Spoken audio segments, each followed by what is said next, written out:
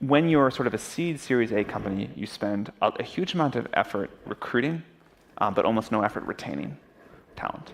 And that is right at the beginning. But if you don't shift to viewing retaining talent as much of your job as recruiting talent, you eventually have some level of a disaster on your hands.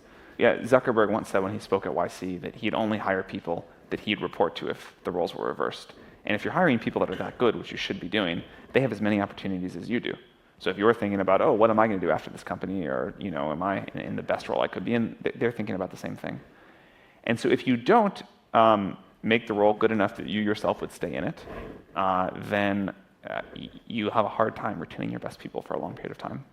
So the things I think that people need to start doing as they shift from the seed Series A to later than that, to retain talent, one, the thing that your best 5 or 10 people crave the most is time with you and time with the CEO.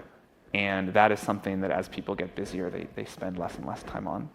I think some of the very best CEOs in our portfolio, every month, they will take out for a one-on-one dinner or drinks or something, each of their best 10 people. Every month. And this is a huge time commitment. I mean, if you think about, you get 30 dinner slots in a month, this is like a really big thing to do. And I think that actually works, because that is the thing that these people really crave and that they really start to lose. And they want you to ask them what you think they should be doing and listen to them and have a personal connection. That's super important.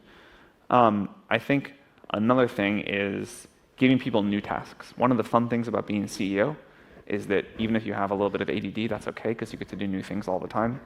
It's tempting to slot VPs into these functional roles they get really good at and then not move them around or not give them more and more responsibility. So I think if you stop giving people more responsibility, they will eventually leave.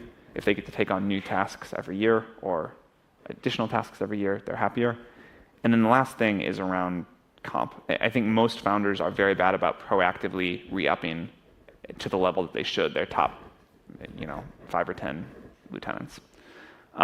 But this is one transition that many of our companies have failed to make at some point or other, is how important it is to retain talent.